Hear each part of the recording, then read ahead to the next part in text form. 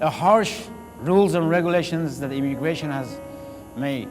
If I committed a crime 9 years ago, why do I have to pay for it now?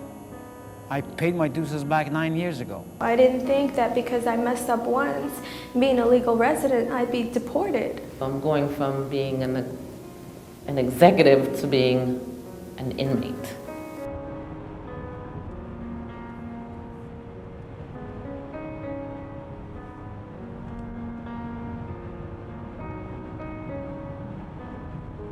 I was born in Iran. I came to the United States almost 3 decades ago, in 1978, to New York, New York. I pleaded guilty to the crime that I hadn't done. I pleaded guilty for the crime that I advised to by my counselors, but I didn't know that plea would mess me up like this. When I opened my eyes to understand and realize what life is all about, all I've seen is this country. And it's going to end in this country. I worked for a law firm, and it was common practice that the attorneys did a lot of traveling, and they required travel expenses, and so I would issue a check for them. They were always so busy, so I endorsed their names on the checks and then had someone cash it. This was my job. This is what they told me to do. You know, you're going in as an accountant, and this is what they tell you to do. And I ended up, you know, being indicted for it. Everything that I worked for is just down the drain in a matter of blinking of an eye.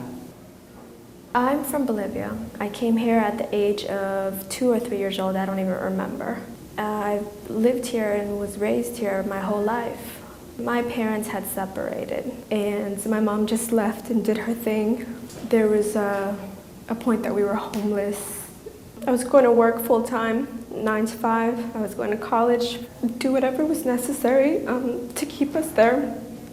But at the same time, out of stress, I started going out. A friend had said, you know, hey, can you grab, I think it was ecstasy or whatever, from so-and-so and just get it for me. And so I went and I passed it along a couple times. And I said, listen, I don't want to do this. Ended up being an undercover cop. They said that if I took the plea bargain that I would just get an accommodation charge. I passed it along, that I wasn't using, that I wasn't selling. I trusted my lawyer, I took the plea.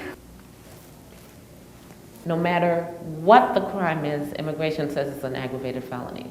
And with an aggravated felony, it's mandatory deportation. You know, I mean, no matter what. I've seen people here that are just shoplifters, or someone just urinated in the street, and it's an aggravated felony. The judges don't even judge. They just go through the rule book. I mean, I see when I've gone to court a couple times, the judge, he seems like he wants to rule for my favor, but he can't because his hands are tied. That's the only thing bothers me, you know, it's just my whole family's here.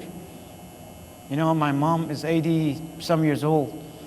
She's a citizen of this country, and she doesn't have to cry her out. I don't have family there. I have no ties there. They're literally going to take me on a plane and leave me at the airport. Where am I to go? My daughter just turned 13. Being a single mom, I'm all she knows. I'm all that she has.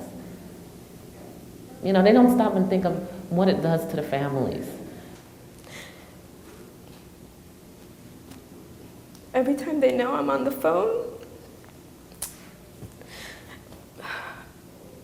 my niece gets on and she says, I love you, when are you coming back home?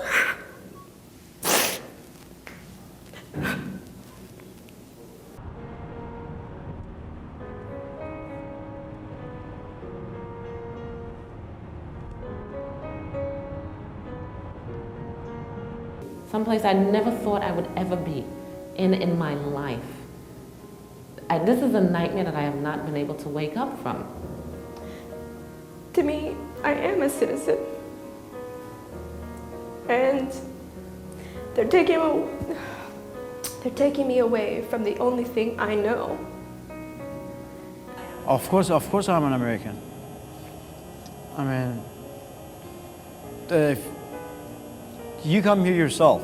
at the age of 14. Next thing you know, you're 44. How would you feel?